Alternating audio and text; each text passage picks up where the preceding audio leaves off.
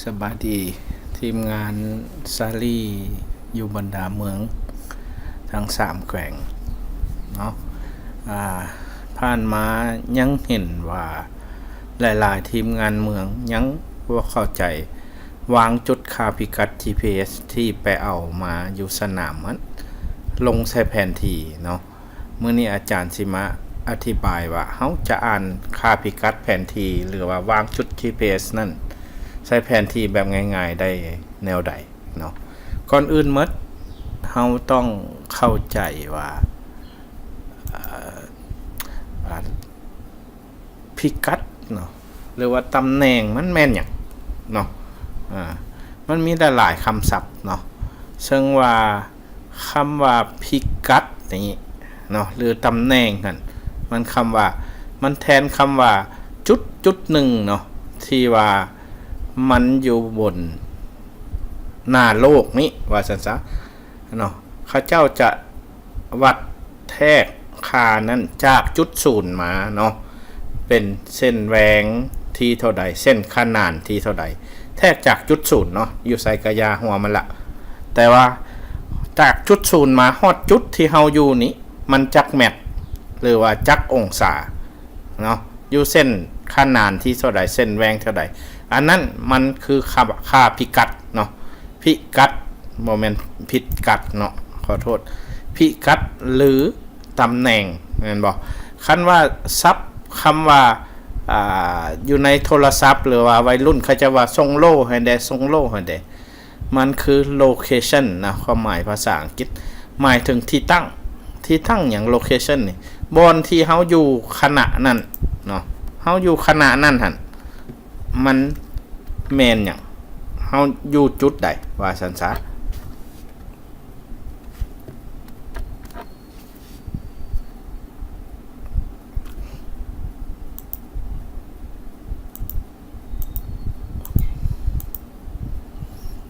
เนาะมาควรอยู่ณตอนนั้นหั่นแม่น location อันใดบ่อนใดเขาจะคอยส่งlocation ให้กันเพื่อว่าไปนำหากันอยู่ใส่เนาะแล้วบัดนี้เฮามาเบิ่งว่าอยู่ในระบบแผนที่หรือว่าเฮาใส่อยู่นำ GIS ก็คือกันเนาะมันมี2ระบบซึ่งว่าอยู่ในแผนที่หั่นเขาเจ้าก็ใส่ทั้ง2ระบบความหมายอยู่ในนี้มันมีเขาเจ้าเอิ้นว่าระบบเส้นแหวงเส้นขนานนะเขาเจ้าใส่เป็นหยังเห็นบ่ถ้าคำว่า Geographic Coordinate System หมายความว่าเขาเจ้าแทกแบ่งหน่วยโลกวงมนนี่นะหน่วยกบนี่นะเนาะเป็นเส้นแหวงเส้นขนานซึ่งว่าแทกเป็นองศาเนาะคำว่าองศานี้หมายถึงว่าเส้นแหวงแทกเป็นจักองศาจักนาทีจักวินาทีหั่นเนาะหัวหน่วยเดียวเฮาสิเบิ่งตัวอย่างอยู่ลุมนี้อันที่2เนาะถ้าว่าระบบเส้นแหวงเขาจะเอิ้น projected coordinate system นี่หมายความว่าย้อนว่าการแทกเป็นองศานี่มันยากว่าซั่นซะมันแบ่งองศานาทีวินาทีแล้วแต่ละองศานี่มันต้องแบ่งเทื่อ60เป็นอย่างต่างๆหน่วยกลมมนนี่มันก็แท่งยากเนาะซะซั่นเขาเจ้าจึงค่อยเฮ็ดระบบแผนเพียงนี้เขาจะเอิ้น projected coordinate system หมายความระบบเส้นแหวงเส้นขนานที่เฮ็ดเป็นแผนเพียงแทกเป็นแมปเนาะมันง่ายขึ้นเนาะความหมายว่า projected นี่มันแผนเพียงเนาะก็สั้นส่วนหลายอยู่ใน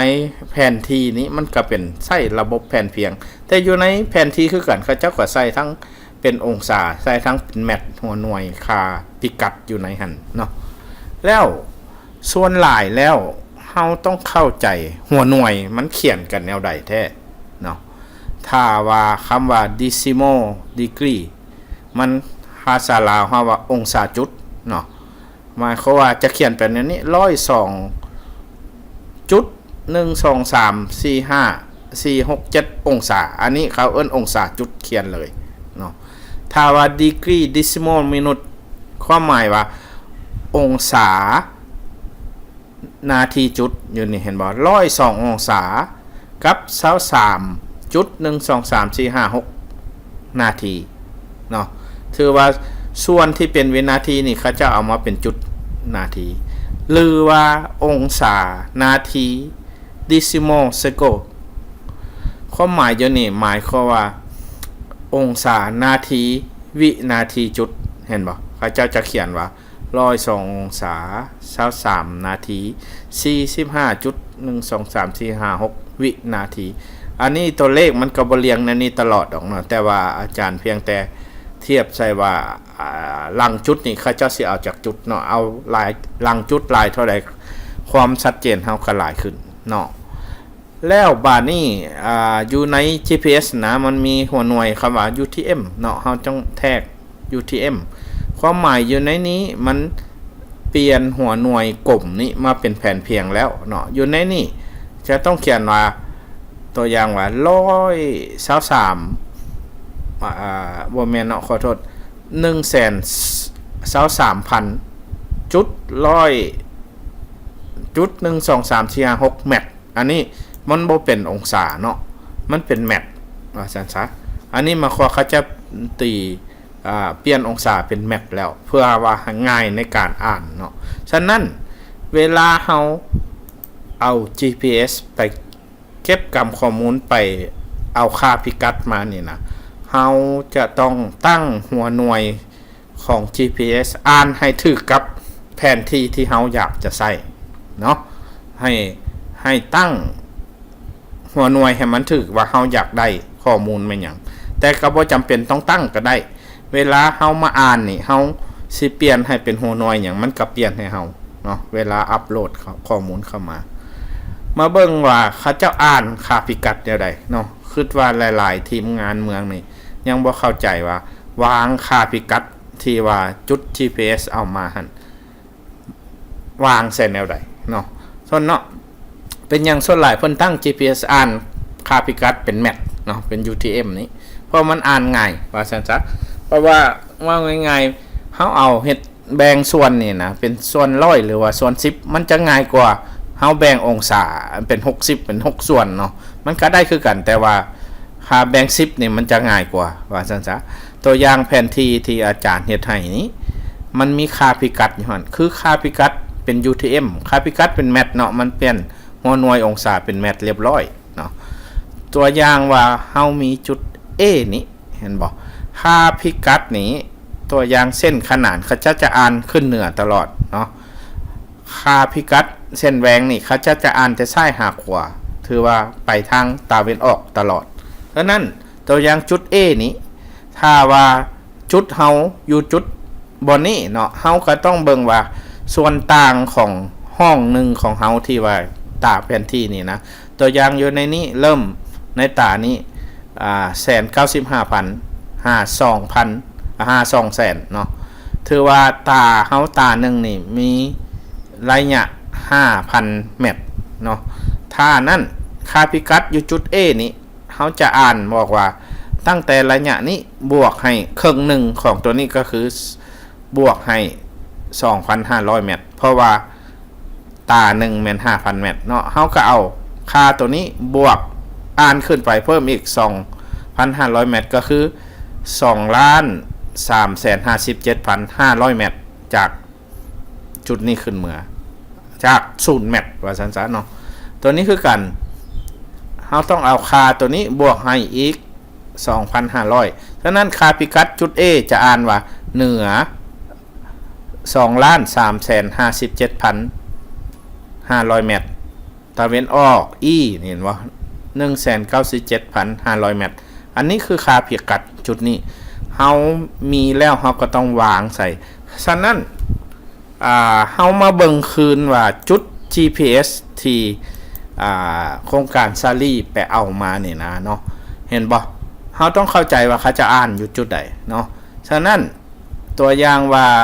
ชลประทานห้วยแฟนบ้านห้วยสาลานี่เห็นบ่เขาเจ้าพิกัดอ่านค่าพิกัดเป็น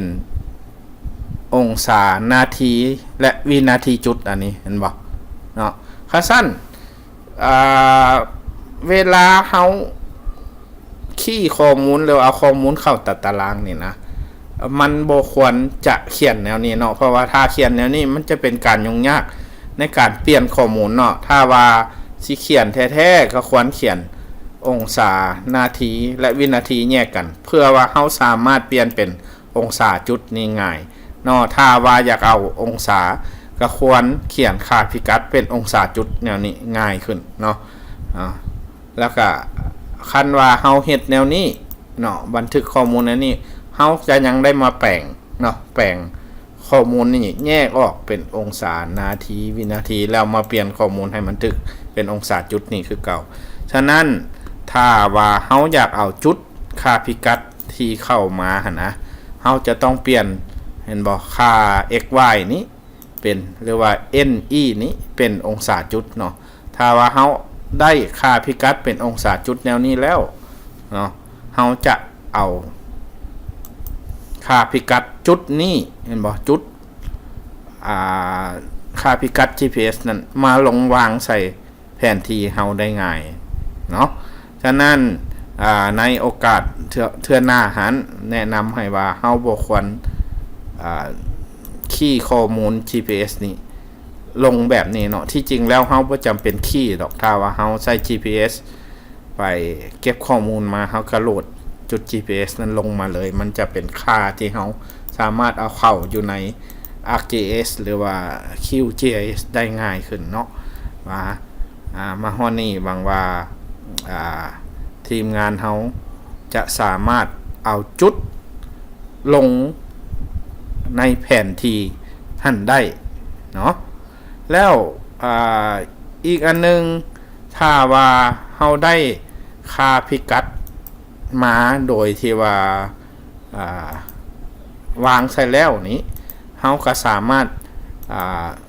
เปลี่ยนได้โดยการนี้แหละเฮาใช้แยกเขียนแยกนั่นนี่เหรอถือว่ามันจะเสียเวลาตื่มเนาะหรือว่าใช้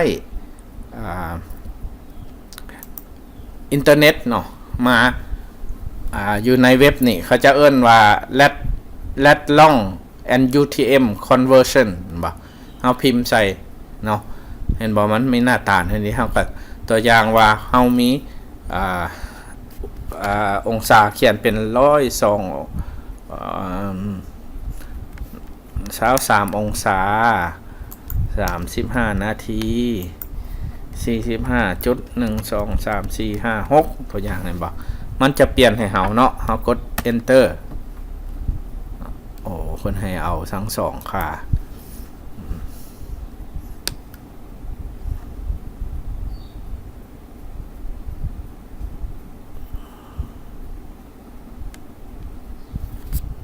102องศา45นาที3.12345ตัวอย่างเนาะเฮาต้องรู้ว่าโซนของเฮาเป็นโซนอย่างเนาะ48เนาะ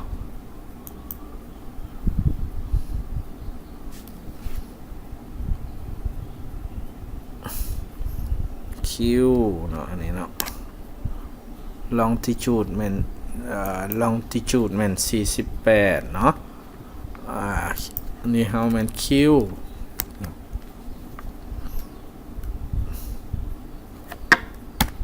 enter เบิ่งมันจะเปลี่ยนให้เฮาบ่